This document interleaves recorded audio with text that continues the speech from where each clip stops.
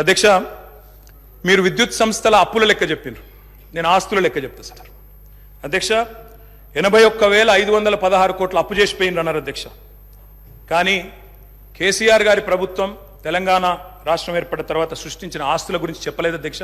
ఉద్దేశపూర్వకంగా బదనాం చేయడానికి, బట్టగాల్చి మీదేయడానికి, అప్పుల సాకు చెప్పి 6 గ్యారంటీలు గొట్టెతందుకు ఒక ఉపోద్ఘాతాన్ని రూపొందించి ఇగో అప్పుల పాలైపోయింది, దివాలా తీసిందని చెప్పి తప్పించుకోవడానికి తప్ప ఇంకోటి కాదు అధ్యక్ష. అధ్యక్ష, ట్రాన్స్కో, టీఎస్ ట్రాన్స్కో అధ్యక్ష, ఇంకొక మాటలో చెప్పాలంటే అధ్యక్ష, వీళ్ళు అప్పచెప్పిపోయినాడు 2014లో. విద్యుత్ శాఖ అతి భయంకరమైన శాఖ అధ్యక్ష, అతి భయంకరమైన శాఖ, అత్యంత దురవస్థలో మాకు అప్పచెప్పిపోయినారు. అప్పచెప్పిపోయినప్పుడు ఏంది అధ్యక్ష పరిస్థితి?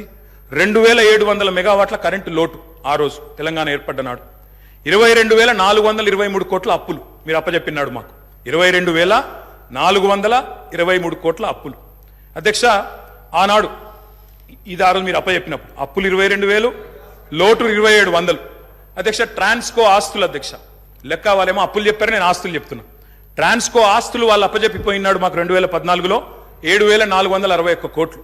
ఈ రోజు అధ్యక్ష ట్రాన్స్కో ఆస్తులు మళ్ళీ తిరిగి మేము వాళ్ళకి అప్పచెప్పినప్పుడు 24,476 కోట్ల అధ్యక్ష. జెన్కో ఆస్తులు అధ్యక్ష, టిఎస్ జెన్కో ఆస్తులు ఆనాడు 19,607 కోట్లు 2014లో, ఈ రోజు 53,963 కోట్ల అధ్యక్ష. అధ్యక్ష, డిస్కామ్లు ఎన్పిడిసిఎల్, ఎస్పిడిసిఎల్ ఆ రోజు వీళ్ళు మాకు అప్పచెప్పిపోయినాడు మరి చాలా తక్కువ ఉండే అధ్యక్ష. ఈ రోజు ఆస్తులు చూస్తే 59,132 కోట్లు, 81,000 కోట్ల అప్పులు అన్నారు అధ్యక్ష. కానీ ఆస్తులు మా ప్రభుత్వం సృష్టించింది మొత్తంగా కలిపితే 1,37,571 కోట్లు. ఇది వాస్తవం అధ్యక్ష. ఆస్తులు మాత్రం చూపెట్టకుండా అప్పులు మాత్రం చూపెట్టి తిమ్మిని బమ్మిని చేసి ఏదో బుకాయించేదో చేస్తాం, జాదుగర్ చేస్తామంటే కుదరదు అధ్యక్ష. 4,000 మెగావాట్ల యాదాద్రి థర్మల్ పవర్ ప్రాజెక్ట్ అధ్యక్ష, దామరచెర్ల మండలం మిర్యాలగూడలో పెట్టినాము. అది రేపో మాపో కమిషన్ అవుతుంది. తప్పకుండా దాన్ని కూడా మరి పూర్తి స్థాయిలో నిర్మించాలని ప్రభుత్వాన్ని కోరుతా ఉన్నా. 1,080 మెగావాట్ల భద్రాద్రి అధ్యక్ష, దాన్ని కూడా నిర్మించాం. 800 మెగావాట్ల కేటీపీఎస్ ప్లాంట్లు మరి పూర్తి స్థాయిలో నిర్మాణం చేసినాం అధ్యక్ష. తప్పకుండా దాన్ని కూడా వారు పూర్తిగా మరి సవ్యంగా ముందుకు తీసుకొని పోవాలని కోరుతా ఉన్నా అధ్యక్ష. అధ్యక్ష, ఇంకా విద్యుత్ రంగానికే వస్తే నేను ఒక మాట అడుగుతా ఉన్నా అధ్యక్ష. అధ్యక్ష, ఉదయ్ స్కీమ్లో చేరినాం అధ్యక్ష. కేంద్ర ప్రభుత్వం ఆనాడు మమ్మల్ని అడిగింది, డిస్కామ్లు లాస్ట్లో ఉన్నాయి, ఉదయ్ అనే స్కీమ్ తెస్తున్నాము, ఆ డిస్కామ్లకు ఉన్న అప్పుల్ని మీరు స్టేట్ బ్యాలెన్స్ షీట్ మీద తీసుకోండి, మెయిన్ బడ్జెట్లో తీసుకోండి అంటే ఆనాడు స్టేట్ బడ్జెట్ మీద మీరు వదిలిపెట్టిపోయిన అప్పుల్ని 11,000 కోట్ల అప్పులు డిస్కామ్లకు ఉంటే వాటిని తీసుకోవడమే కాకుండా 9,000 కోట్లు చెల్లించిన ఘనత కేసీఆర్ గారి ప్రభుత్వం అనే మాట వారికి నేను విజ్ఞప్తి చేస్తా ఉన్నా అధ్యక్ష. అధ్యక్ష, ఇంకొక మాట, ఇక్కడ విద్యుత్ శాఖ మంత్రి గారు లేరనుకుంటాను అధ్యక్ష, ముఖ్యమంత్రి గారి దగ్గరే ఉందేమో, బట్టి గారి దగ్గర ఉన్నట్టుంది అధ్యక్ష. బట్టి అన్న కూడా వినాలా అధ్యక్ష. విద్యుత్ సంస్థలు, విద్యుత్ ఉత్పత్తి కేంద్రాలకు ఒక ప్రత్యేకత ఉంటుంది అధ్యక్ష. సెల్ఫ్ హైపాతికేషన్ ఉంటుంది అధ్యక్ష. సెల్ఫ్ హైపాతికేషన్ అంటే ఏంది అధ్యక్ష? అంటే ఆస్తుల నిర్మాణం జరుగుతూ ఉంది కాబట్టి ఒక అప్పు తీసుకొచ్చి పిఎఫ్సి ద్వారానో ఆర్ఈసి ద్వారానో దబ్బను ఒకవేళ అప్పు కట్టకపోతే ఆ విద్యుత్ కేంద్రాన్ని పూర్తిగా ఓనర్షిప్ తీసుకొని అమ్మేసి కావాలంటే అప్పును పూడ్చుకునే శక్తి ఉంటుంది అధ్యక్ష. అంటే ఆస్తి సృష్టిస్తే అప్పు కట్టడానికి పరపతి ఉంటుందనే ఉద్దేశంతో దాన్ని సెల్ఫ్ హైపాతికేషన్ అంటారు. అక్కడ గవర్నమెంట్ ఇచ్చేది కేవలం గ్యారంటీ మాత్రమే బట్టన్న, మీరే ఫైనాన్స్ మినిస్టర్ కూడా. కాబట్టి దాన్ని ఏదో 81,000 కోట్ల అప్పు అని చెప్పి ఇవాళ ఆ గృహజ్యోతి అనే కార్యక్రమం నుంచి మీరు ఏదో ఎగ్గొట్టడానికి తప్పుకునేటట్టు ప్రయత్నం చేస్తున్నట్టు కనబడుతుంది తప్ప ఇంకోటి కాదు. దయచేసి మహిళలకు ఇచ్చిన మాట, రాష్ట్రంలోని మధ్యతరగతి కుటుంబాలకు ఇచ్చిన మాట 200 యూనిట్లు ఫ్రీగా ఇస్తామని నిలబెట్టుకోండి. అప్పుల కంటే ఆస్తులు ఎక్కువ ఉన్నాయి. 1,37,571 కోట్ల ఆస్తులు సృష్టించి మీకు అప్పచెప్పాం, సవ్యంగా నడపండి అని చెప్పి కూడా నేను విజ్ఞప్తి చేస్తా ఉన్నా అధ్యక్ష. నేను ఇంకొక మాట అడుగుతా ఉన్నా అధ్యక్ష, విద్యుత్ ప్లాంట్లు కట్టడం తప్ప అధ్యక్ష? 2,700 మెగావాట్ల లోటుతో మీరు అప్పచెప్పిపోతే వాటిని అలా పెంచి బ్రహ్మాండంగా 19,000 మెగావాట్లకు చేర్చడం మేము చేసిన తప్ప? 7,700 మెగావాట్ల నుంచి 19,000 మెగావాట్ల సామర్థ్యాన్ని పెంచడం తప్ప? ఇవాళ రాబోయే సంవత్సరంలో మీరే ఎంజాయ్ చేస్తారు. 25,000 మెగావాట్లకి ఆ కెపాసిటీ పెరగబోతా ఉంది. రాష్ట్రంలో విద్యుత్ వినియోగం ఎంత పెరిగినా మీరే కదా రేపటి రోజున ప్రభుత్వాన్ని నడిపేది. వచ్చే సంవత్సరంలో కూడా తప్పకుండా మీకే ఆ వెసులుబాటు ఉంటుంది. Government is a permanent institution అధ్యక్ష. కాబట్టి ఆ విషయంలో బేసిజాలు అవసరం లేదు. మరి మీరు కొంత చేసినారు, మేము ఇంకా బాగా చేసినాం. 7,700 నుంచి 25,000 మెగావాట్లకు తీసుకొని పోయినాం. అభినందించండి.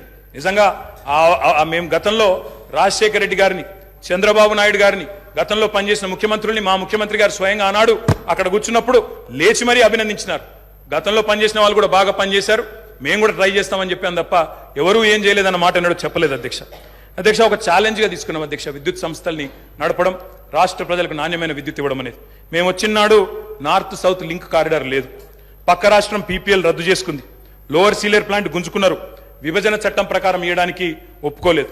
ఇవన్నీ ఉండంగా ఆనాడు ఇవాళ మేము చేసిన కృషి వల్ల మరి తలసరి విద్యుత్ వినియోగంలో ఆనాడు 2014లో 1196 యూనిట్లుంటే ఈరోజు 2349 యూనిట్లు, highest in the country per capital consumption of power, number 1 Telangana అధ్యక్ష. విద్యుత్ వినియోగం అనేది మన డెవలప్మెంట్ కూడా ఒక కొలమానం అధ్యక్ష, దాన్ని కూడా ప్రభుత్వం అర్థం చేసుకోవాలని నేను కోరుతా ఉన్నా అధ్యక్ష. ఆనాడు రాష్ట్ర పీక్ డిమాండ్ వాళ్ళు ఉన్ననాడు పీక్ డిమాండ్ వాజ్ 5661 మెగావాట్స్ అధ్యక్ష. మేము దిగిపోయే నాటికి 15497 మెగావాట్లకి పీక్ డిమాండ్ పెరిగింది. ఉమ్మడి రాష్ట్రం కంటే మరి పీక్ డిమాండ్ పెరిగింది. వ్యవసాయ మోటార్ కనెక్షన్ల అధ్యక్ష, వ్యవసాయ స్థిరీకరణ చేసినాం కాబట్టే, చెరువులు బాగా చేసినాం, భూగర్భ జలాలు పెంచినాం కాబట్టే, రైతులకు వ్యవసాయాన్ని పండుగ చేసినాం కాబట్టే వాళ్ళు ఇచ్చిపోయినాడు. ఆనాడు 19 లక్షల పంప్ సెట్లుంటే, వ్యవసాయ పంప్ సెట్లుంటే మా ప్రభుత్వంలో అధ్యక్ష అవి 28 లక్షల పంప్ సెట్లు అయినాయి అధ్యక్ష. ఒక్క రైతులకు విద్యుత్ ఇవ్వడానికి ఉచితంగా 24 గంటల ఉచిత విద్యుత్ ఇవ్వడానికి అధ్యక్ష మేము ఖర్చు పెట్టింది సంవత్సరానికి 1000 కోట్ల రూపాయలు అధ్యక్ష. మొత్తంగా చూసినట్టయితే అధ్యక్ష 12,000 కోట్ల అధ్యక్ష, సంవత్సరానికి 1000 కోట్లు, సంవత్సరానికి 10,000 కోట్లు మన్నించాలి అధ్యక్ష. విద్యుత్ ఉత్పత్తి సరఫరా వ్యవస్థను మెరుగుపరచడానికి, అస్తవ్యస్తంగా ఉన్న డిస్ప్రపోర్షనేట్ గా ఉన్న డిస్ట్రిబ్యూషన్ చక్కగా చేయడానికి మేము పెట్టిన ఖర్చు అధ్యక్ష 98,726 కోట్లు అధ్యక్ష. మాటలతో, ఊకదంపుడు ఉపన్యాసాలతో, ఎటుబడితే అటు గావు కేకలతో విద్యుత్ సంస్థలను సరి చేయలేము అధ్యక్ష. పెట్టుబడి పెట్టాలి. పెట్టుబడి ఉత్పాదక రంగంలో పెడితే దాన్ని పెట్టుబడిగా చూడాలి తప్ప అప్పు అని మాట్లాడడం అనేది శుద్ధ తప్పు అధ్యక్ష. నేను ఇంకొక లెక్క చెప్పాలి అధ్యక్ష. వారు మాకు అప్పజెప్పిపోయినాడు ఉన్న 400 kV సబ్స్టేషన్లు తెలంగాణలో 6, ఈరోజు 28 అధ్యక్ష. మేము 2014లో బాధ్యతలు చేపట్టినాడు 220 kV సబ్స్టేషన్లు 51. మేము కట్టింది 10 ఏళ్లలో మరొక 52, మొత్తం కలిపి ఈరోజు 103 220 kV సబ్స్టేషన్లు. 132 kV సబ్స్టేషన్లు నాడు 176, ఈరోజు 252. 33/11 kV సబ్స్టేషన్లు ఆనాడు 2138, ఈరోజు 3221. కరెంటు లైన్లు ఆనాడు హై టెన్షన్ లైన్లు తీసుకుంటే అధ్యక్ష 2014లో 16,379 కిలోమీటర్లు, ఈరోజు మేము దిగిపోయే నాటికి 28,446 కిలోమీటర్లు. లో టెన్షన్ లైన్లు ఆనాడు 4,89,000 కిలోమీటర్లుంటే మేము దిగిపోయే నాటికి 6,52,000 కిలోమీటర్లు. మరి మేము పని చేసినామా లేదా, ఈ ఆస్తులు శాశ్వతంగా తెలంగాణకు దక్కుతాయా లేదా మీరే ఆలోచించాలా, చూసే ప్రజలే ఆలోచించాలని చెప్పి నేను కోరుతా ఉన్నా అధ్యక్ష. రైతు పొలం ఎండిపోకూడదు అనే ఒక కమిట్మెంట్తో ఆనాడు కేసీఆర్ గారు పడ్డ తపన అధ్యక్ష. ఓపెన్ మార్కెట్లో, ఎందుకంటే 2,700 మెగావాట్ల లోటుతో ప్రారంభమైంది మా ప్రయాణం, అందుకే ఓపెన్ మార్కెట్కి పోయినాం. ఎంత ఖర్చైనా వెరవకుండా, రైతు పొలం ఎండనీయకుండా 10 ఏళ్లు నడిపినాం అధ్యక్ష. ఒక్క సంవత్సరం కూడా క్రాప్ హాలిడే ఇయ్యకుండా నడిపిన ఘనత గౌరవ పెద్దలు కేసీఆర్ గారికి దక్కుతుంది అధ్యక్ష. విదేశీ బొగ్గు దిగుమతితో ఎన్టీపీసీ లాంటి ఇతర సంస్థల కరెంట్ రేట్లు విపరీతంగా పెరిగినాయి అధ్యక్ష. పెరిగిన తర్వాత కూడా మరి వాళ్ళు మా మీద అదనపు భారం మోపినారు. 12,718 కోట్ల ట్రూ అప్ ఛార్జీలు మా మీద వేయబోతే, ఆ ట్రూ అప్ ఛార్జీలు కూడా వినియోగదారుల మీద, రైతుల మీద, మహిళల మీద, గృహాల మీద వేయకుండా మొత్తం కూడా భరించింది ఆనాడు తెలంగాణ ప్రభుత్వం అధ్యక్ష. 12,718 కోట్ల అదనపు భారాన్ని కూడా మోసినాం. ఇవాళ అప్పులు మాత్రమే చెప్పి ఆస్తుల గురించి చెప్పకుండా తప్పించుకుంటామంటే కుదరదు అధ్యక్ష. నేను అడుగుతా ఉన్నా అధ్యక్ష, ఈ ప్రభుత్వాన్ని మాకు దృఢమైన చిత్తం ఉంది. మోటార్లకు మీటర్లు పెట్టం అని తెగేసి చెప్పినాం. అదనంగా 25-30 వేల కోట్లు నష్టం వస్తున్నా తెగేసి గట్టిగా నిలబడ్డం, రైతులకు అన్యాయం చేయమని చెప్పినాం. ఈ ప్రభుత్వం ఆ మాట మీద నిలబెడుతుందా లేదా మోటార్లకు మీటర్లు పెడతదా చెప్పాలని చెప్పి కూడా నేను గౌరవ ముఖ్యమంత్రి గారిని కోరుతా ఉన్నా.